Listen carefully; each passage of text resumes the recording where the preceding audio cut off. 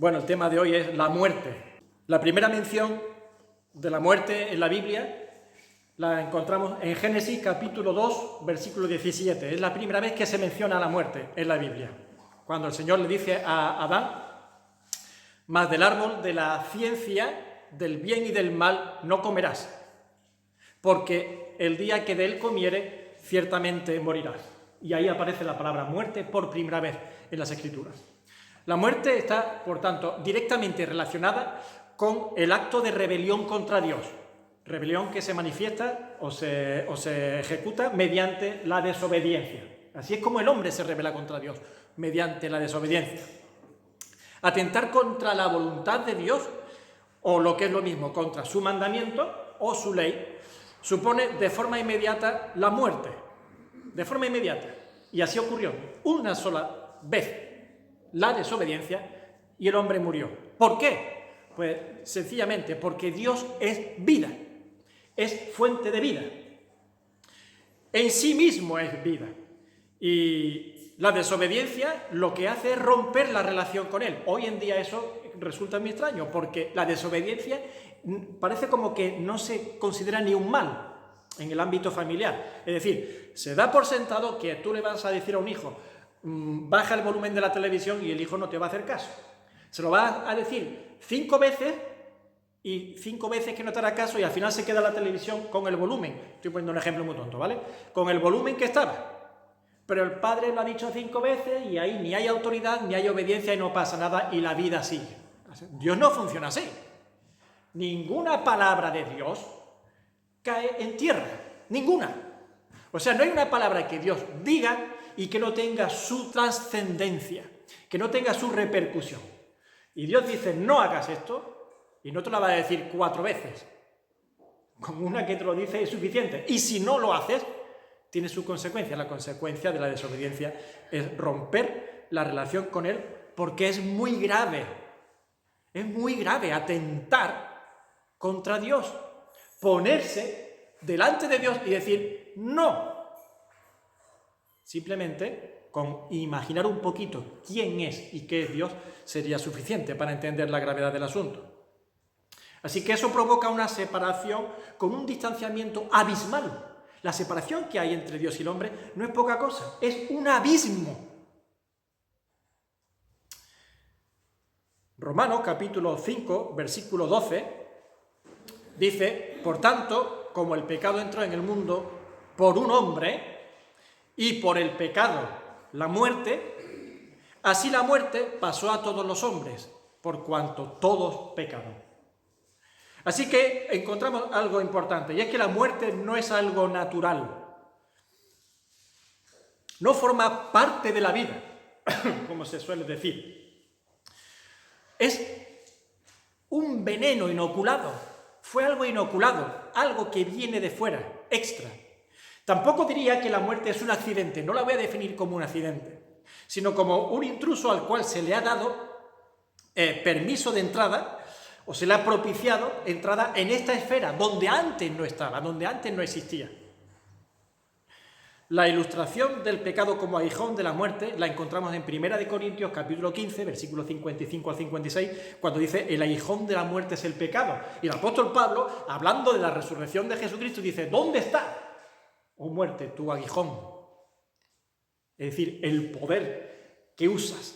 La muerte usa el poder del aguijón, porque es el pincho que clava, que inocula el veneno del pecado. Así que nos lleva a la imagen de una avispa, un escorpión, que tiene un aguijón mediante el cual, cuando lo clava en un organismo, inocula el veneno, que penetra dentro de ese organismo, y ya el veneno se encarga de todo lo demás.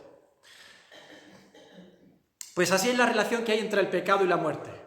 Van íntimamente ligados. Pecado y muerte van íntimamente ligados. El pecado entra en el mundo por un hombre, el pecado introdujo la muerte, y la muerte, por tanto, no estaba presente aquí antes. La muerte es indeseable para Dios. Dios no desea la muerte ni siquiera del impío, del malo. Pero deja al hombre la decisión de su camino. No mete al hombre por un camino. no empuja al hombre a un camino ni le impide otro camino. Dios plantea los caminos delante del hombre. Aquí hay camino de vida, aquí hay camino de muerte. Aquí hay camino de bendición, aquí hay camino de maldición. Escoge la vida, escoge la bendición. Ahora sí, el Señor da su mandamiento, su consejo. Haz esto, pero no te empuja ni te impide. Eres tú el que vas a andarle, eres tú el que vas a mover tus pies. Pero ahí está delante, para que decidas. ¿Qué decides? Por supuesto que el Señor no desea que mueras. Bueno, pues si no desea que mueras, si no desea tu maldición, ¿por qué no te mete en el camino de la vida? Porque Dios no va a manipular tu amor o tu odio. Va a ver qué es lo que hay dentro de ti y va a quedar manifiesto a todos los demás qué es lo que hay dentro de ti respecto a Él. No va a tener ningún seguidor por obligación. Todos los que sigan al Señor va a ser por amor, porque lo amaron, porque lo vieron, lo reconocieron, lo entendieron y se enamoraron de Dios. Eso sí, no quita que habrá un reconocimiento por parte de todos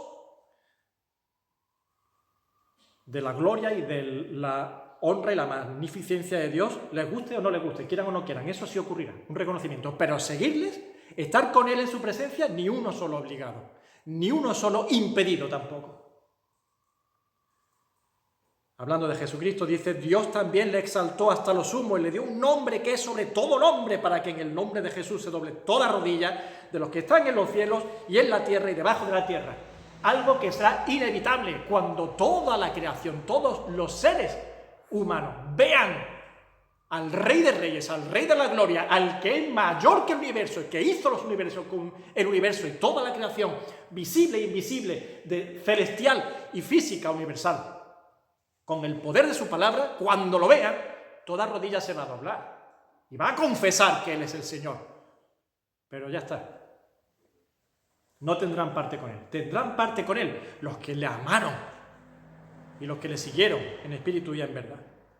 Para gloria de Dios Padre. Filipenses capítulo 2. Ahora mirad, yo he dicho que Dios no desea la muerte ni siquiera del impío. Lo digo porque está escrito. Vamos a ver citas que son importantes. Ezequiel 18, 32. Porque no quiero la muerte del que muere, dice Jehová el Señor. Convertíos, pues, y viviréis. No quiere que haya muerte. Eso es lo primero. No quiere la muerte del que muere. Es algo indeseable. Dios no introdujo la muerte. La muerte no es por causa de Dios. Y después tenemos el capítulo 33, versículo 11. Diles, vivo yo, dice Jehová el Señor, que no quiero la muerte del impío, sino que se vuelva el impío de su camino y que viva. Volveos de vuestros malos caminos. ¿Por qué moriréis? Y esto lo está hablando a su pueblo, oh casa de Israel. Gente que se había vuelto impía, gente que se había vuelto malvada, rebelde, y por tanto enemigos de Dios. Pero Dios no puede decir, venga, que no pasa nada, venga, niño malo, pasa, ven, niño malo. No, el niño malo no pasa, el niño malo obedece, y el niño malo o cambia o no tiene parte con el Padre. Y eso es lo que está haciendo el Señor. No obliga a nadie, no impide a nadie, pero sí enseña cuál es el camino y las consecuencias de entrar por él o de no entrar por él. Bien, pues la muerte es la consecuencia de no haber estado ligados a Dios, de haberse separado de Dios. La muerte, a nivel secular, es decir, entre los que no son creyentes, se entiende como ese cuerpo que deja de funcionar, que ya no respira, sus pulmones, que ya no late su corazón, que ya su cerebro no tiene conciencia, no es consciente, diferenciar entre conciencia y consciencia. La S es importante. Conciencia es el pepito grillo, ¿vale? No, por aquí no, esto está mal, esto está bien, por aquí, por allí. Eso es conciencia. Conciencia es estar atento o percibir las cosas. Estar en un estado de conciencia, estar consciente. El cerebro te hace estar consciente y si te das un golpe, pierdes el conocimiento, como se dice. A veces uno lo pierde de verdad el conocimiento, deja de saber matemática, física y química por el golpe, pero lo que pierde es la conciencia. no sé, no reacciono, aunque sigue vivo.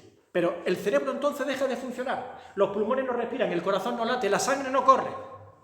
Así que nos encontramos con un ser al que se le atribuye que solamente es física y química, pues se decide y se le determina que ha muerto.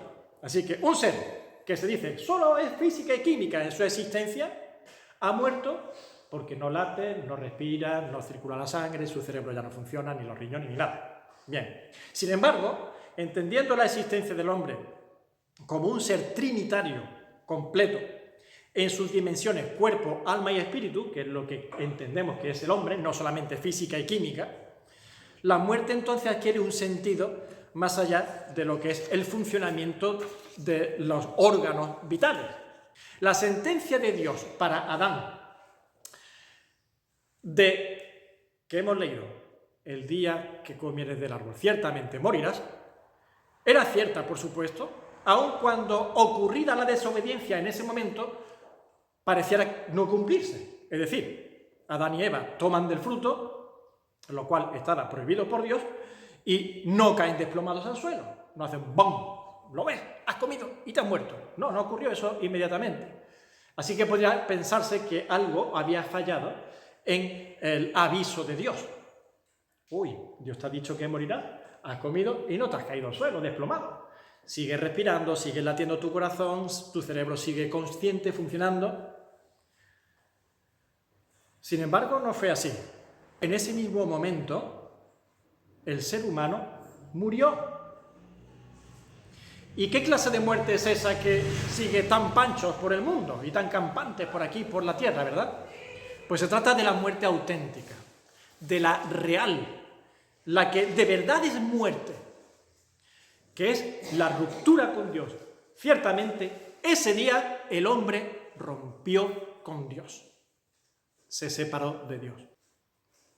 Y es la muerte que realmente debe preocupar al hombre y que es la grave. Estar separado de Dios, existir sin Dios, no estar en Dios ni con Dios, las dos cosas, es la perfecta definición de muerte, el auténtico estado de muerte. ¿Qué es muerte? Pues mira, estar sin Dios y no estar en Dios. Dios está por un lado y yo en otro totalmente opuesto. Eso sí que es la muerte.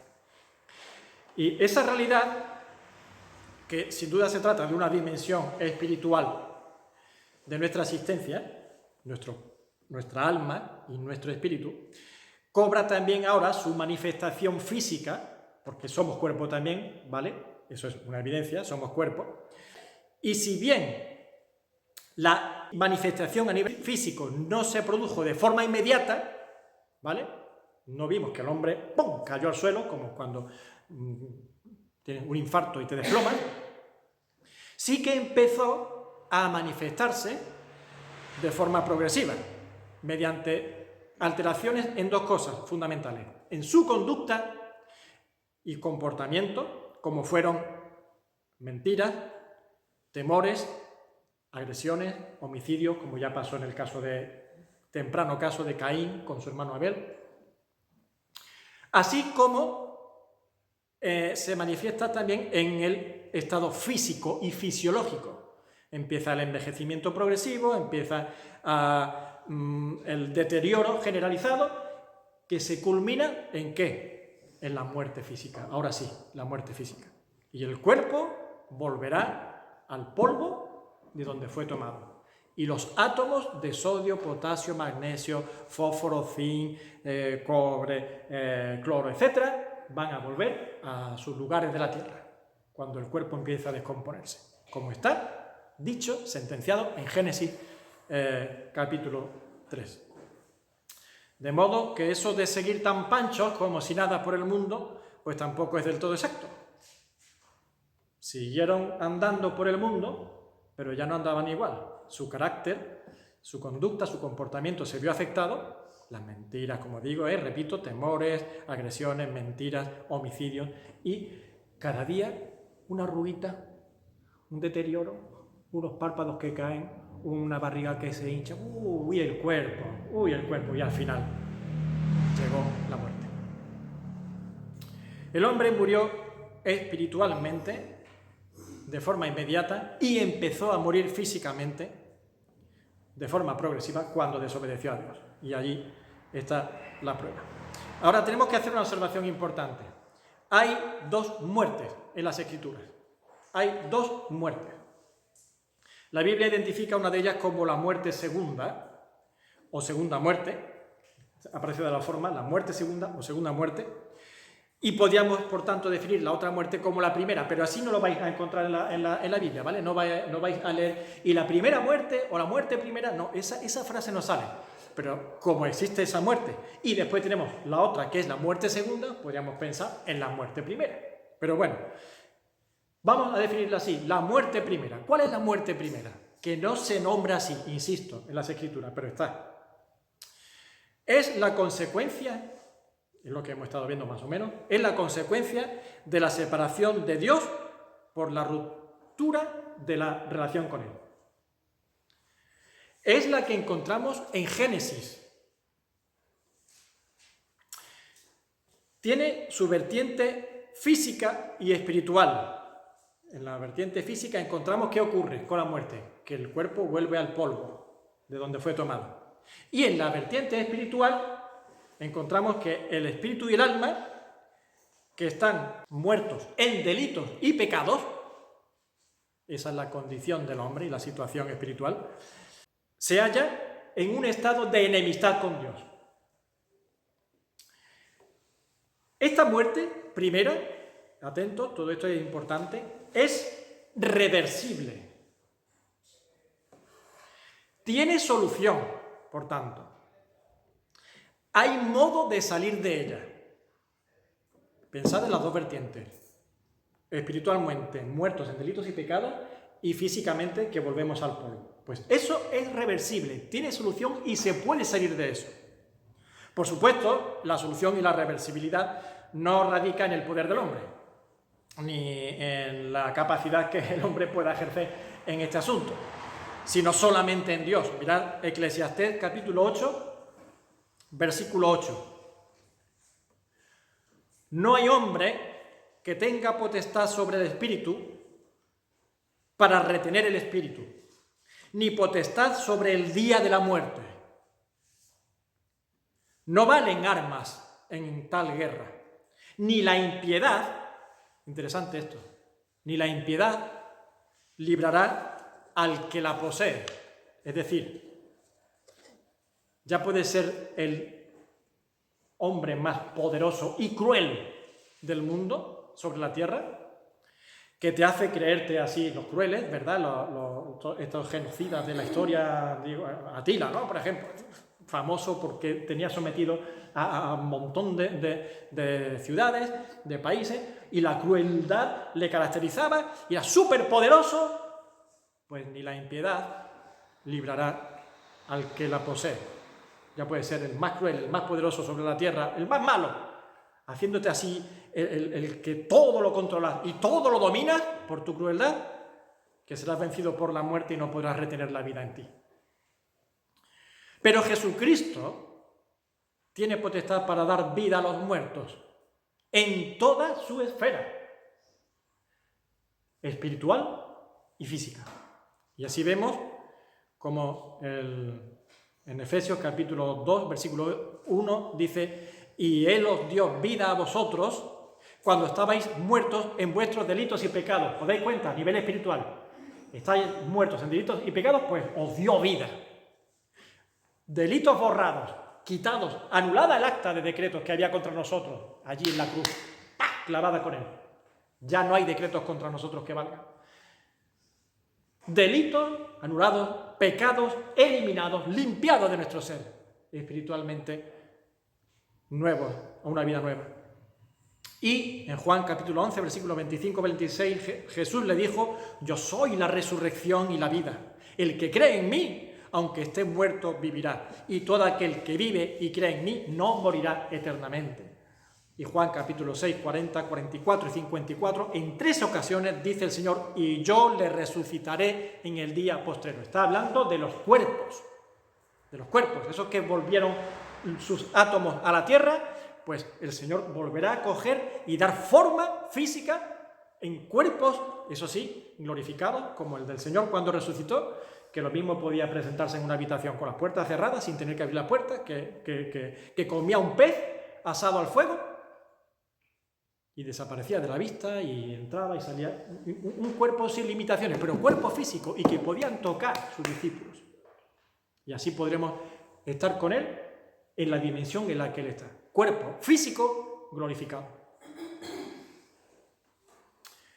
Así que el Señor resucita y lo hará. Y por cierto, para vida y para condenación. Hay resurrección también para condenación. Un misterio, y así lo dice el apóstol Pablo. Os digo un misterio, no todos dormiremos.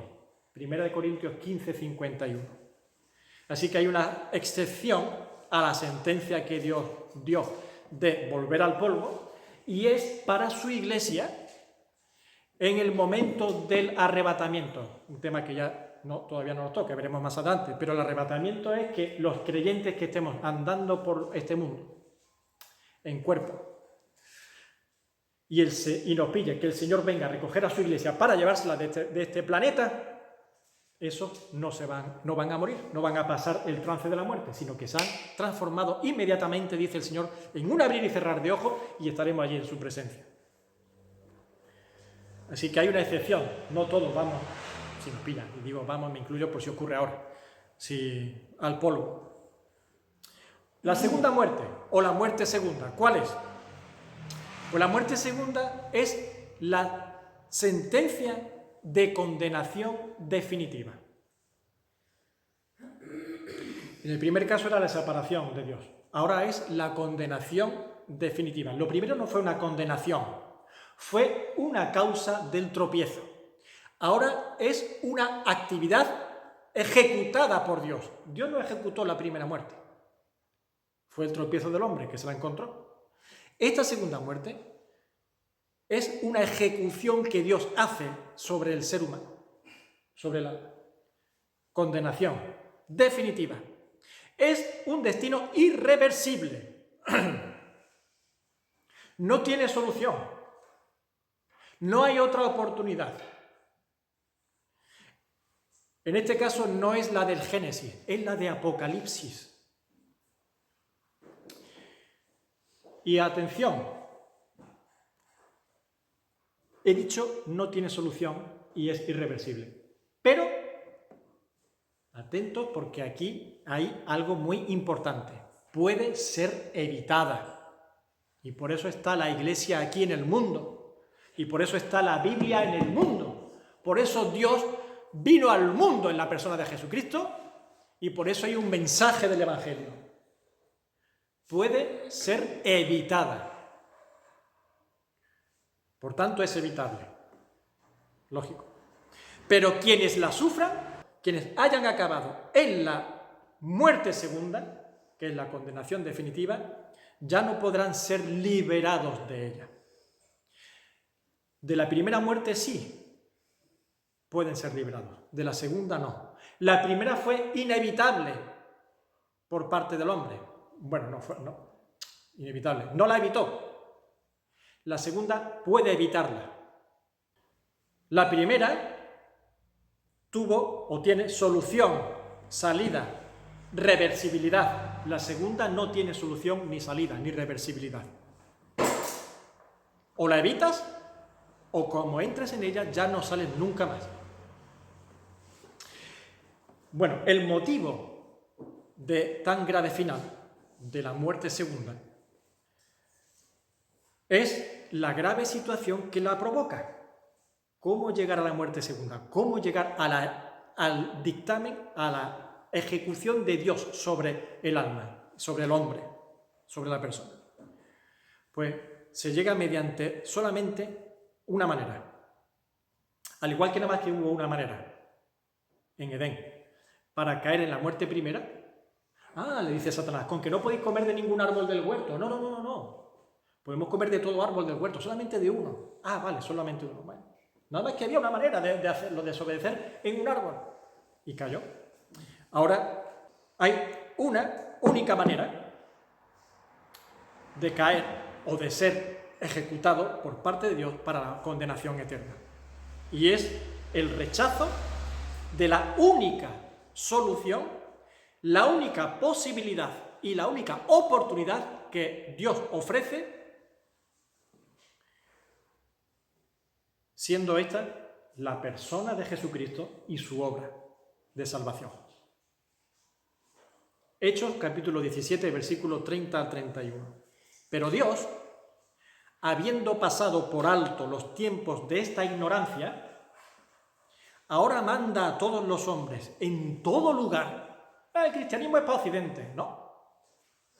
Porque todos los hombres son hechos por Dios, todo el mundo es de Dios y le pertenece a Él, sea del color que sea y del idioma que hablen. Ahora manda a todos los hombres en todo lugar que se arrepientan, por cuanto ha establecido un día en el cual juzgará al mundo con justicia. ¡Ay, qué Dios tan malo! No me diga que Dios va a hacer eso. No, es un Dios justo, una justicia buena, maravillosa, perfecta. Juzgará al mundo con justicia por aquel varón a quien designó Jesucristo, dando fe a todos con haberle levantado de los muertos. ¿Puedes creer? Es que no puedo creer, es que yo quisiera creer, pero no puedo. ¿Puedes creer? Jesucristo resucitó precisamente para darte muestras de que puedes creer, para darte evidencia de que puedes creer, que creas, hombre, que creas que Jesucristo ha resucitado y es para que creas.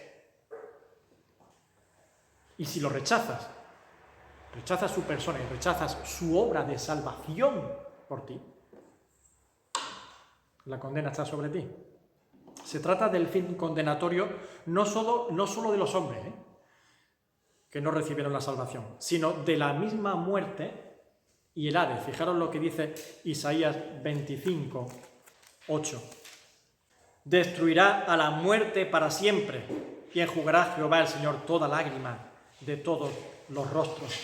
Quitará la afrenta de su pueblo de toda la tierra, porque Jehová lo ha dicho. Así que, fijaros, destruirá a la muerte para siempre, quitando la lágrima de los ojos, de todos los ojos. Qué bonito. La muerte es destruida, la muerte matada, vencida. Y así, Apocalipsis, el final ya de las Escrituras, lo ratifica, capítulo 2, versículo 11. El que tiene oído, oiga lo que el Espíritu dice a las iglesias. El que venciere no sufrirá daño de la segunda muerte. Así que el creyente no padece la segunda muerte. Y después, capítulo 20, versículo 6. Bienaventurado y santo el que tiene parte en la primera resurrección. La segunda muerte no tiene potestad sobre esto, sino que serán sacerdotes de Dios y de Cristo y reinarán con él 1000 años. La segunda muerte no puede con ellos. Versículo 14. Y la muerte y el Hades fueron lanzados al lago de fuego. Esta es la muerte segunda. Parece como personificada la muerte. La muerte ya no actúa en nadie, no puede actuar en nadie, es vencida. Los reos de condenación, condenados, la muerte ya no tiene sentido, ya no va a poder hacer nada con nadie. Y capítulo 21, versículo 8, pero los cobardes, incrédulos, los abominables y homicidas, los fornicarios y hechiceros, los idólatras y todos los mentirosos tendrán su parte en el lago que arde con fuego y azufre, que es la muerte segunda. De modo que la muerte segunda es el juicio de todo lo que está fuera de Dios y fuera del reino de Dios. Lo que no tiene que ver con Dios, todo va a ser ejecutado en un juicio eterno sin poder afectar nunca más a los que estemos en el reino de Dios y con el Señor. Nuevamente Jesucristo habla con claridad y con contundencia respecto a este asunto. No hay que temer al que destruye el cuerpo, sino el alma. Mateo capítulo 10, versículo 28. No temáis a los que matan el cuerpo, mas el alma no pueden matar. Temed más bien a aquel que puede destruir el alma y el cuerpo en el infierno. Sabéis, después del tema de la muerte viene el tema de la condenación, porque hay que tratar ese asunto. Hay quien se basa en esto de destruir el alma. como la aniquilación de la existencia. No, no existe tal cosa y lo veremos. Pero el mensaje es: no os preocupéis tanto de lo que estáis obsesionados en enfocaros, que es vuestro cuerpo, y pensar en vuestro ser entero. Sois algo más que cuerpo, cuerpo, alma y espíritu. Y lo que después queda a perpetuidad es la existencia en la dimensión espiritual, donde el cuerpo también va a tener su parte. Así que no temáis tanto al que puede matar el cuerpo, sino al que puede destruir el alma y el cuerpo en el infierno. Esa es la muerte que hay que temer. La gravedad de la misma, de la muerte, antes vimos el motivo tan grave que produjo esa muerte tan grave.